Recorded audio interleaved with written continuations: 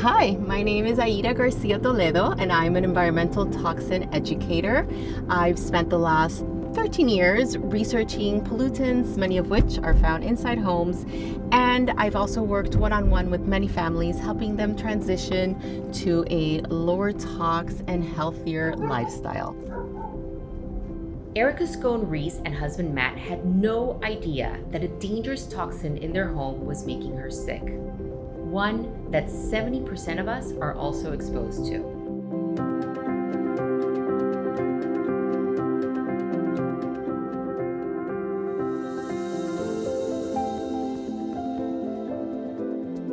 Today, we are going to meet Erica and Matt. They have a really dramatic story to share with us.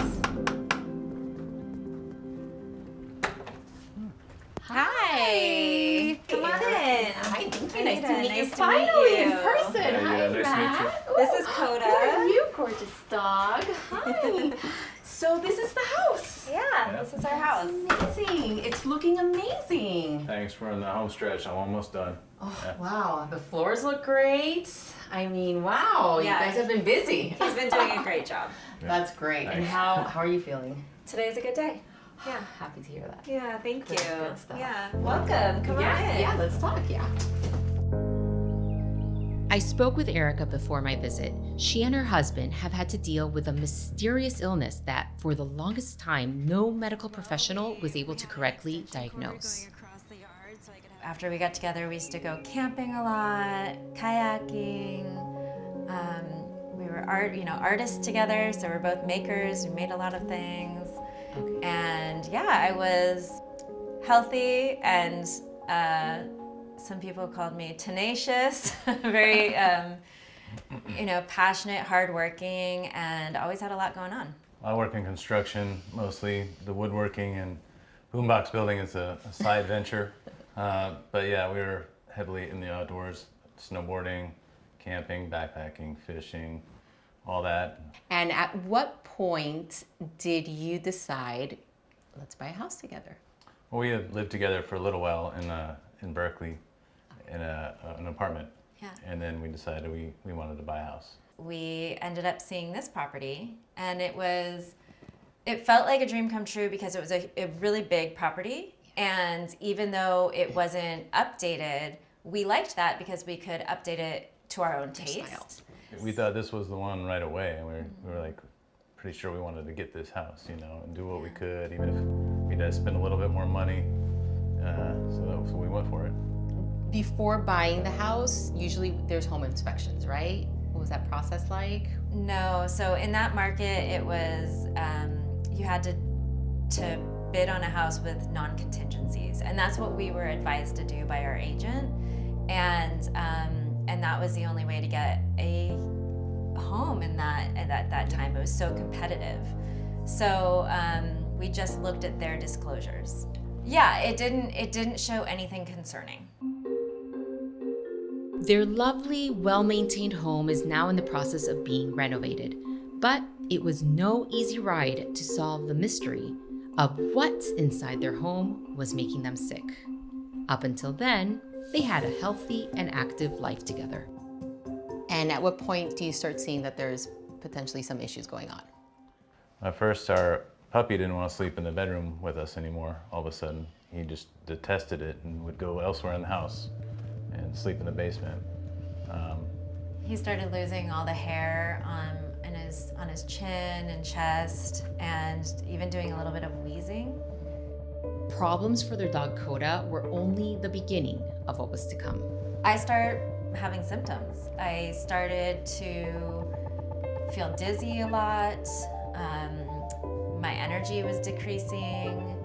I was losing my balance.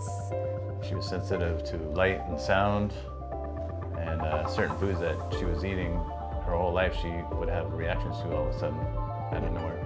I was having a lot of sinus issues. I was also having allergies, and I had never had allergies before. So all of this, a whole bunch of different symptoms started happening from all these different symptoms within my body that didn't seem to correlate or make sense. She saw 16 different doctors, And what did these doctors tell you? Oh, well, the first reaction was like, oh, you just have allergies. And I was like, I've never had allergies in my life. Oh, adult onset allergies. And, take this nasal spray and call me in the morning kind of thing. Right. And then when that didn't work, I got sent to an ENT because I felt this swishing in my ear and just constant sinusitis kind of symptoms. I started having trouble breathing.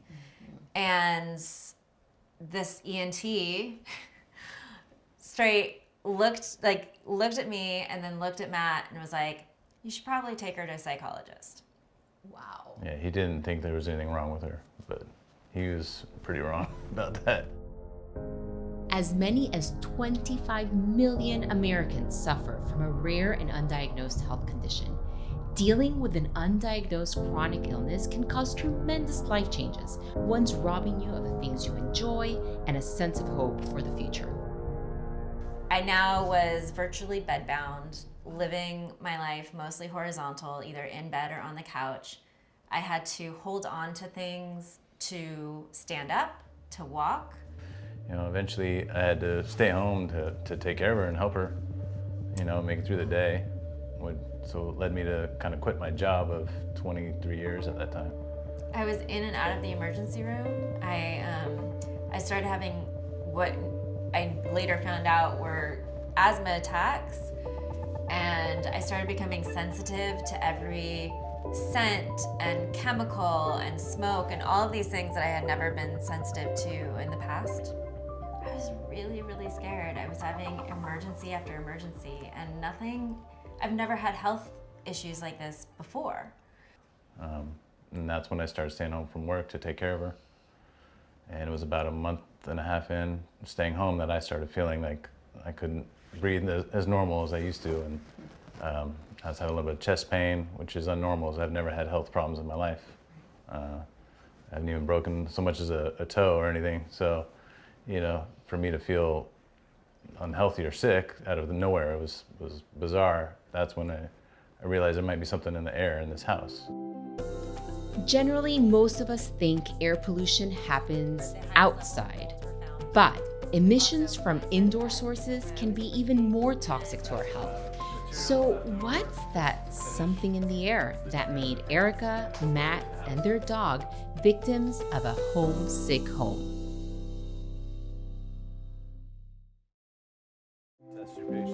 Erica's health continued to decline as they tried to figure out what was happening. Doctors didn't help.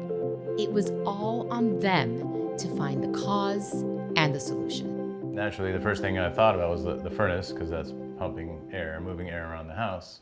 So I looked into that. I had to go in the crawl space to inspect it. Well, it was a pretty ancient furnace, it was a single register central furnace, and it had a lot of debris that had fallen down through the grate, that was just cooking. And he even found cigarette butts in the grate and dog hair. Old dog hair and toys, yeah. So a one register furnace, what does that mean?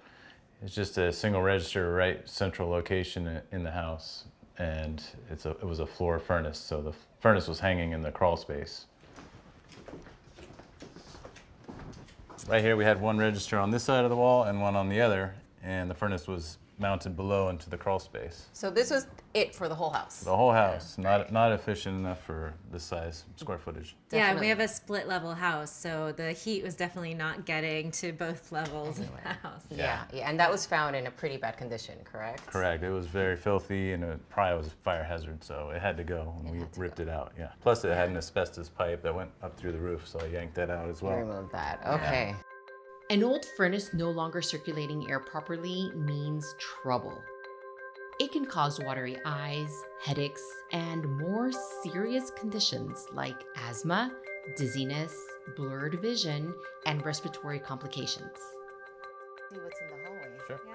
Eric and Matt's home now has a brand new, highly efficient HVAC system. So right here, you could see our HVAC intake register on the stairwell ceiling. And the importance of that is that we decided to add an ERV unit to our HVAC system. So it's constantly filtering fresh air exchange with the outside. and giving us fresh possible air everywhere inside. ERV, Energy Recovery Ventilation, pulls fresh air into the house and pushes stale air out of the house. So once you removed the furnace, did you find that that helped? No, we didn't. She was still declining. Yeah. Such a disappointment. This costly system change didn't seem to help. Erica's condition was debilitating, and they had no idea why. So it's not the furnace. You realize it's not the furnace. Where were you thinking? What was your next step? Well, I started becoming sensitive to everything such as fragrances and certain soaps and detergents and products. So we then had to just, get rid of everything in the house that we used to use that had any kind of fragrance, which, in this day and age is everything. So I did a lot of research on cleaning supplies. And I ended up finding the EWG website, which is the Environmental Working Group, and was able to plug in or type in product names to see what their health concerns and levels were. I asked Erica to share some specifics. One I immediately recognized. So at the height of your sensitivity, you made a lot of use of Baking soda. Yeah, okay. So baking soda is one of the cleanest, easiest products to use in the house to create abrasion. So you can sprinkle it on your countertop, just as some people use Ajax or Comet. You can do that with baking soda. You can even cut a lemon and have half a lemon and make a scrub out of that. Right. And I'd like to add, this is something that's not only for the chemically sensitive, because those products like the ones you mentioned, they contain such harmful chemicals. I mean, there's cancer-causing chemicals in there. It'll give off 1,4-dioxin, which is a carcinogen. It has fragrances, which could mess with your hormones. Right. And that's not good for anybody. Just as good. Baking soda is great. Yeah. Vinegar is another one. So vinegar is something that is a natural cleaner.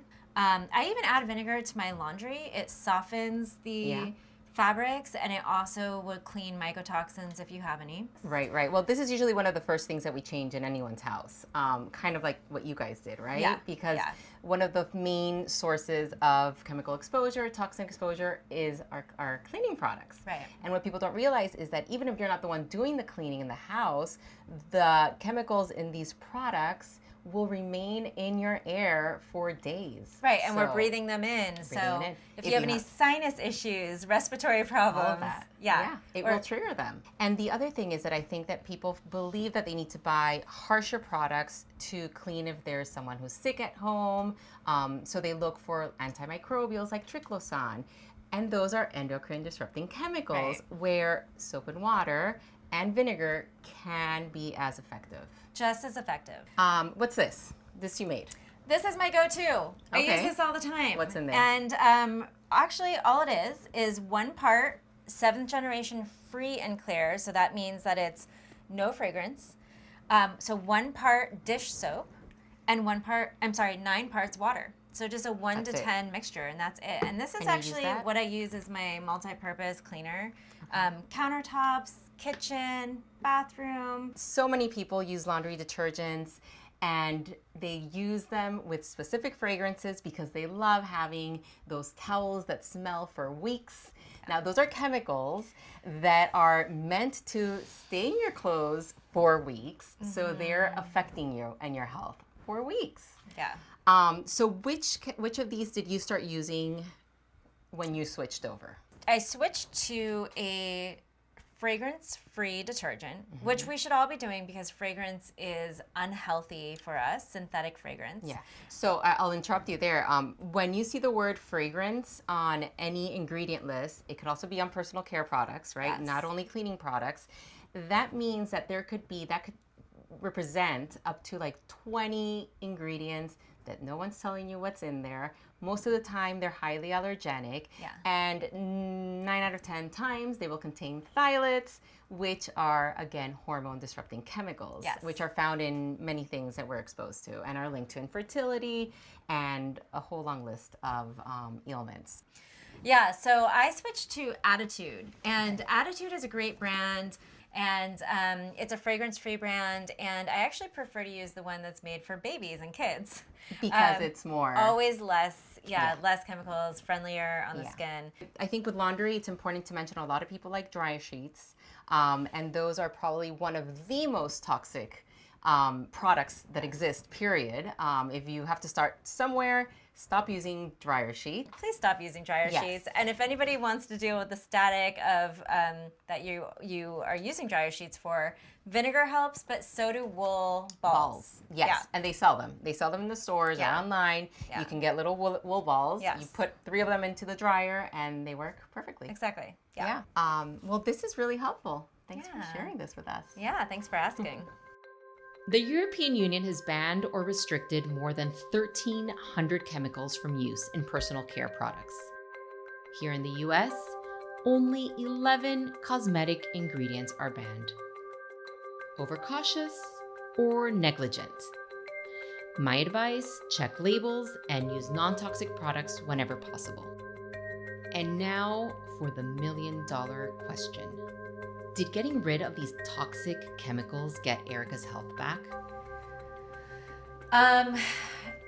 It helped me have less emergencies with my lungs. So I had less asthma attacks or allergic reactions from not being triggered by some of those fragrances, but it didn't help. I was still having a lot of sensitivity to light and sound. I was fatigued all the time. I was still dizzy all the time. I was still losing my balance.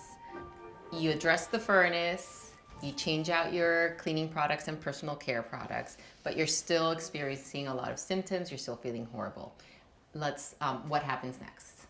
So after Matt quit his job and he quit his job to take care of me and take me to doctor's appointments, he started having symptoms such as chest pain and issues breathing, and he even developed pneumonia.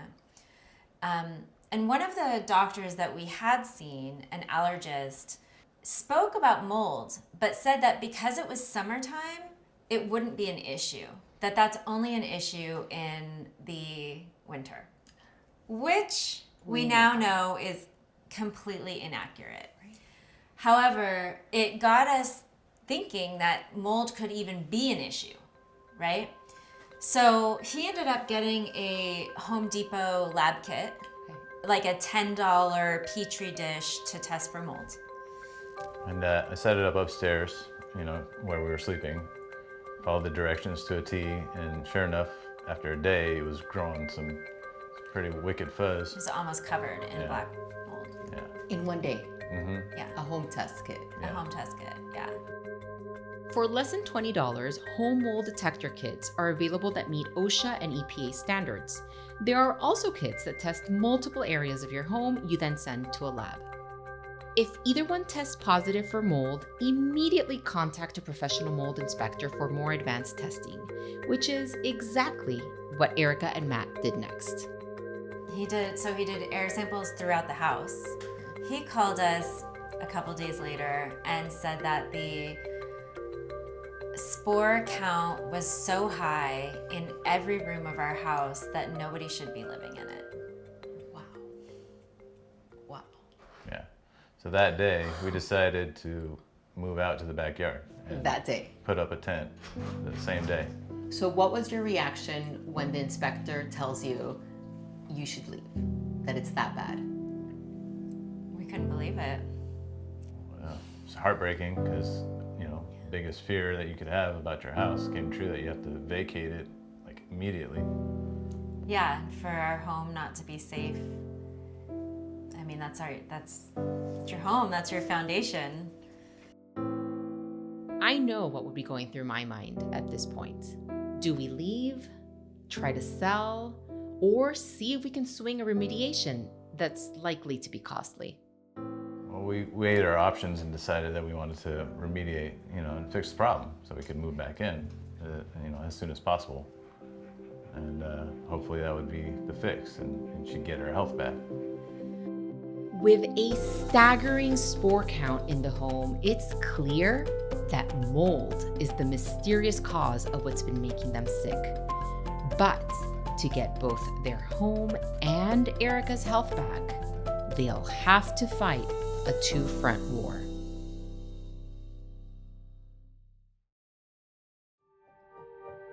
Mold exists in up to 70% of our homes. Mold spores can cause allergic reactions and difficulty breathing. High levels of mold can cause organ damage, cognitive difficulties, even death. Aayita and Matt needed a strategic plan to restore their health and to fix their homesick home.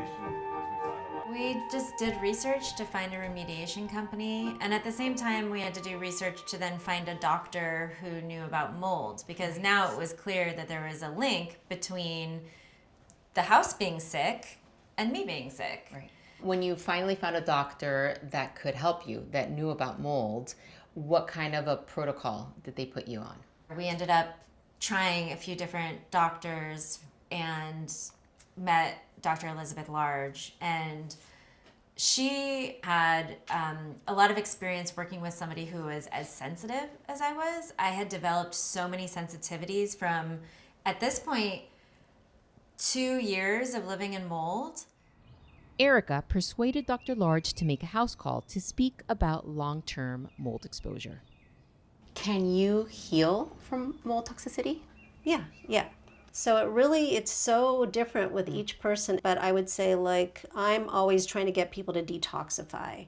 So that's sauna, exercise for kids. I just tell the parents, get those kids moving as much as possible. Really clean diet, putting in antioxidants. They're going to start to combat all that oxidative stress the person is having.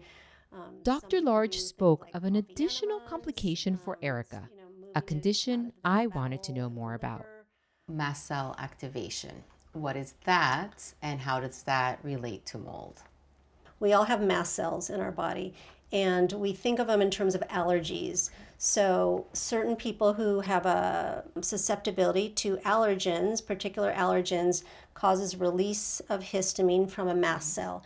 And when those mast cells release, they're releasing all kinds of chemicals. Okay. We call those cytokines. So those chemicals then travel through the body and cause inflammation. Do you treat it differently when someone has mold toxicity and mast cell activation versus no mast cell activation? If it's just mold toxicity, we're really looking at moving mold out of the body, right?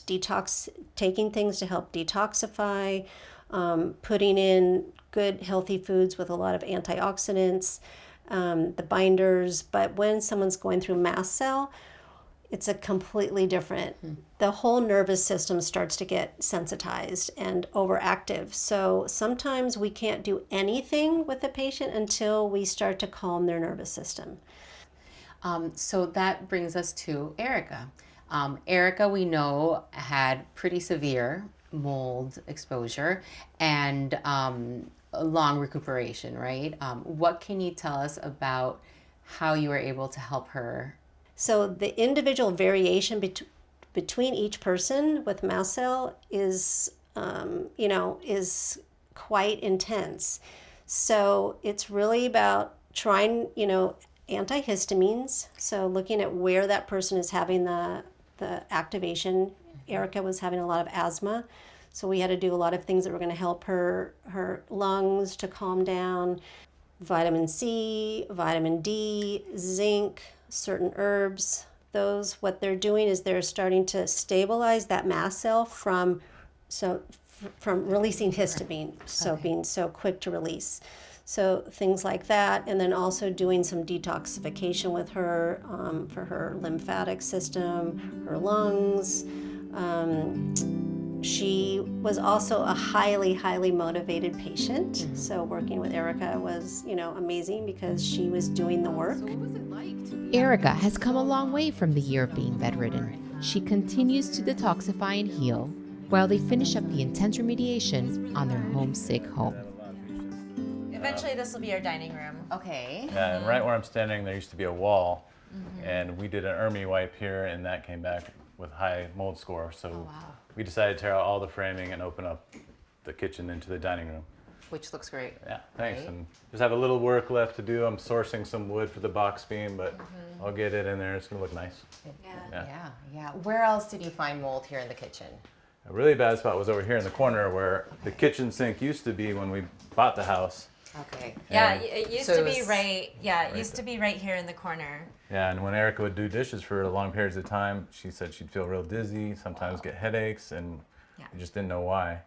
It wasn't until we did the second remediation that when we popped up the new countertops on old cabinetry, we found a severed pipe that was the vent pipe for the sink. Okay. And it was letting moisture into the back of the cabinetry, creating a lot of mold pretty much in here. Wow. Yeah. Yeah, so, So it that made was sense. all mold that had to be ripped That was out. all, That had to be all taken all out. had to go, yeah. And it made sense as to why I got so dizzy when I was particularly in this corner. Wow. Yeah, it was awful. And you had no idea why you were getting No dizzy. idea. Not at all. You couldn't see anything, couldn't smell anything, because it was all newly painted to, when we bought this house. So. Wow. Mold can grow undetected behind walls, under floors, and even lie dormant for years before becoming a noticeable health hazard. Okay, so this is your bedroom. Yeah, this is our bedroom, and this is actually where the highest level of molds were found. Wow. Also, my side of the bed, so where I was sleeping, and they drilled a hole into the wall behind my bedside table to find 120,000. Right, Spore count? 120,000, yeah. Yeah, They're extremely that's a high. lot. Any Extremely indoor- high. into- Yeah. So remember, outside was 6,000, inside was 120,000. So that's Very high. very And high. where very exactly did you toxic. find that? They found it in the wall, Okay. so it wasn't visible. Again. Yeah, and then later when remediation happened, they found that the water had come in through a window that hadn't been trimmed properly. Yeah, the trim was a pretty hack job, and it somehow perforated the flashing, so it was getting into the wall. Right. And there was no insulation anywhere in this house, so it was a perfect breeding ground for So it mold to grow. spread So it all over spread. the So wall. when they remediated, they had to tear out everything 4 feet past the last spot of mold in both directions, and then they heavily sanded everything, and then HEPA vacuumed and washed it all twice. Yeah. Just as important as getting healthy is staying healthy. For Aayita and Matt, that means ensuring that the air quality in their home is kept at optimal levels. And I did notice when I walked in, you have a couple of these in the house. I noticed one downstairs, right? Right. Yeah, this is an air filter, and we do have 3 throughout the house. They definitely save me as well. Besides the big ones circulating, it's nice to have individual ones where I spend a lot of time. My lungs were not sensitive before living in this house, so mold is what made me so sensitive, and so we started investing in these. Aayita and Matt continue their journey from illness and despair, now advocating for a rethinking of home construction and inspection. There should be a new standard for inspections and contractors to have the knowledge about mold and how to properly deal with it. Because I've seen too many turn a blind eye and do exactly what was done to this house to sell it, And that's just to flip it fast and, paint over this and that, and it's not a real problem because it doesn't make them sick. But it's been linked to a lot of illnesses now, and there's a lot more being discovered all the time about mold in the body. Aayita, how do you feel now that you're back in your home? I am feeling so much better. I feel really safe and comfortable in the house, and my health has just been improving.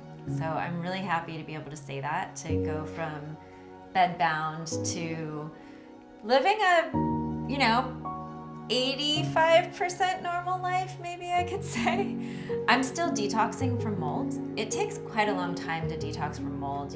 Mold likes to hide in your cells and in almost every organ in the body. So it takes quite a long time, especially when you're sensitive like me, and I had to go very slow. But I have healed quite a bit, and I still have a ways to go.